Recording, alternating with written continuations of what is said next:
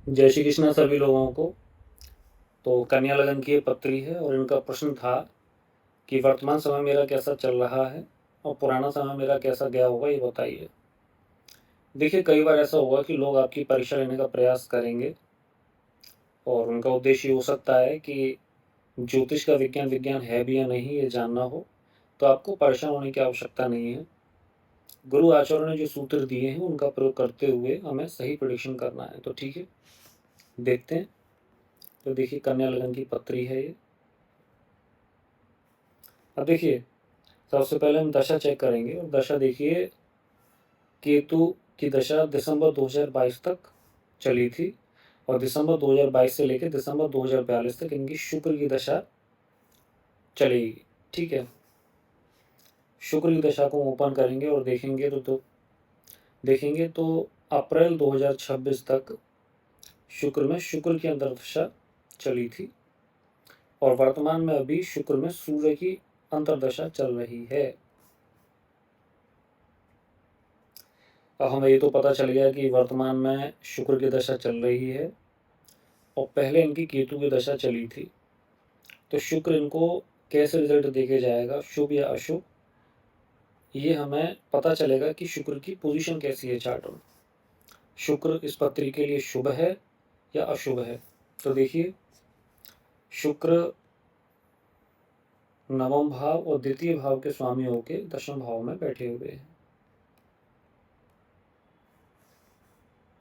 अब देखिए, 9th house Lord जब 10th हाउस में बैठते हैं तो ये एक राजयोग माना जाता है और द्वितीय भाव के स्वामी जब दशम भाव में बैठते हैं तो ये भी एक राजयोग माना जाता है।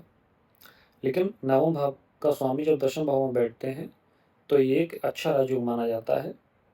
क्यों? क्योंकि नवम भाव त्रिकोण का शिखर है और दशम भाव केंद्र का शिखर है। तो शुक्र 9th हाउस लॉर्ड होकर दशम भाव में जाके बैठे हुए हैं। तो ये वर्तमान में अपने कैरियर को लेके बहुत फोकस होंगे। अच्छे कपड़े पहनना, परफ्यूम का यूज़ करना, अच्छी गाड़ियों का, लग्जरी गाड़ियों का उपभोग कर रहे होंगे और ये सारी चीज़ें इनके कैरियर को अपलिफ्ट करने में इनको हेल्प करेंगी। ठीक है, तो हमने देखा कि शुक्र की महादशा इनके लिए शुभ जाएगी।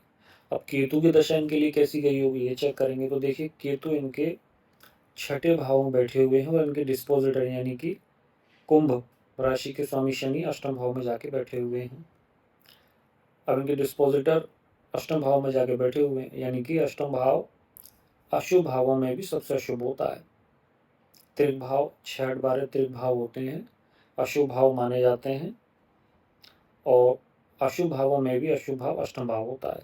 तो केतु की दशा इनके लिए ठीक नहीं गई होगी, इनको हेल्थ इश्यूज रहे होंगे और बहुत कई लोग इनको परेशान करने का प्रयास किया होगा, लड़ाई झगड़े बहुत हुए होंगे, दुश्मन इनको हानि पहुंचाने का प्रयास किए होंगे, पैसों को लेके बहुत परेशान रहे होंगे, लोन इन पे काफ़ी चढ़ गया होगा। ठीक है, कई लोगों से उन्होंने उधार लिया होगा, वो लोग इनके पीछे लग गए होंगे। तो कई प्रकार की समस्याएं इनको इस केतु की दिशा में देखने को मिली होंगी। अभी देखिए, एक चीज़ और इसमें देखने को मिल रही है कि चंद्रमा इनके डेबिलिटेड है, यानी केतु में चंद्रमा की जब अंतर्दशा आई होगी तो इन्होंने आत्महत्या तक करने का प्रयास किया होगा या विचार आए होंगे। तो दशा इनके लिए ठीक नहीं गई होगी। ठीक है, अब देखिए, हमने ये तो देख लिया कि शुक्र की दशा इनके लिए अच्छी चल रही होगी, केतु की दशा इनके लिए ठीक नहीं गई थी। अब हम बाकी ग्रह भी देख लेते हैं कि जब उनकी दशा या अंतर्दशा आएगी वो इनको कैसा रिजल्ट देके जाएंगे। मंगल देख लेते हैं। देखिए, मंगल तीसरे और अष्टम भाव के स्वामी होके दशम भाव में जाके बैठे हुए हैं। तीसरा भाव तुष्टाय भाव हो गया और अष्टम भाव अशुभ हो गया। तो मंगल इनके लिए अशुभ रिजल्ट देके जाएंगे, इनको कष्ट देके जाएंगे। सूर्य देखते हैं। देखिए, सूर्य इनके 12वें भाव के स्वामी होकर 11वें भाव में जाके बैठे हुए हैं। 12वें भाव में और द्वितीय भाव में जो प्लैनेट होते हैं, मैंने बताया था आपको, वो न्यूट्रल रिजल्ट देके जाएंगे। तो शुक्र में सूर्य की अंतर्दशा इनको अच्छे रिजल्ट ही देके जाएगी क्योंकि सूर्य 11वें भाव में जाके बैठे हुए हैं और 11 इनकम का वो अच्छा पैसा बना रहे होंगे इस समय ये।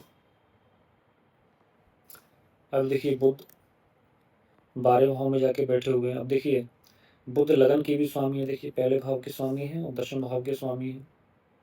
दशम भाव का स्वामी मैंने बताया था, केंद्र का शिखर दशम भाव है और लगन के स्वामी तो शुभ ही मान, अगर ये अष्टम भाव में भी लगन के स्वामी जाके बैठ जाते हैं तो शुभ रिजल्ट तो देखे ही जाएंगे। तो देखिए बुध की दशा इनके लिए शुभ जाएगी, कुछ कष्ट भी मिलेंगे क्योंकि 12वें भाव में बैठे हुए हैं। चंद्रमा की दशा देखिए, चंद्रमा की दशा इनके लिए अशुभ जाएगी, बहुत कष्ट देके जाने वाली, क्योंकि देखिए ये 11वें भाव, ये त्रिशदाय भाव होता है और इसके स्वामी तीसरे भाव में चले गए और वो डेबिलेटेड हो गए वहाँ पे। तो चंद्रमा की दशा इनको कष्ट देके जाएगी, बहुत स्ट्रेस देके जाएगी, ओवर थिंकिंग, स्ट्रेस, हमेशा थोड़ा भय रहना। ठीक है, अभी कौन सी दशा रहेगी? राहु की। देखिए राहु 12वें भाव में जाके बैठे हुए हैं और इनके जो डिस्पोजिटर हैं वो हैं सूर्य, और सूर्य 11वें भाव में जाके बैठे हुए हैं।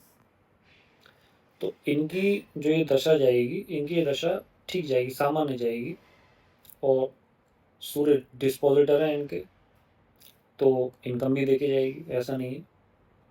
तो ये राहु की दशा ठीक जाएगी, न्यूट्रल रिजल्ट देके जाएगी, सामान्य रिजल्ट देके जाएगी।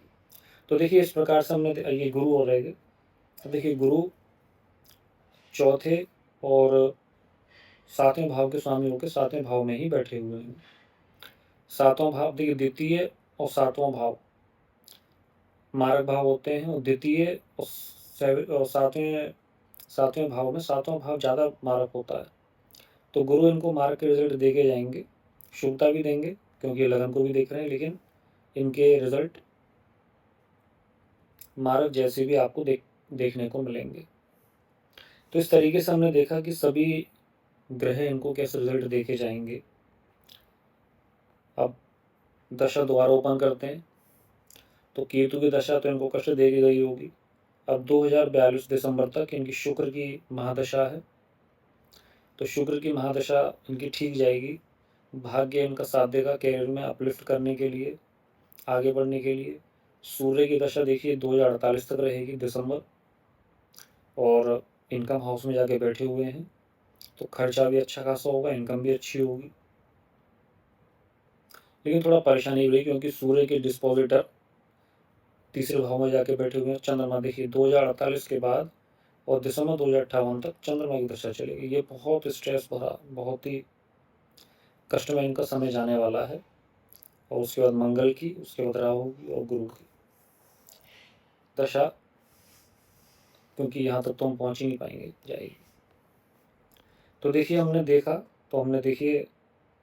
देखा कि किस प्रकार से हम पता लगाते हैं कि कोई भी दशा कैसे रिजल्ट देके जाएगी।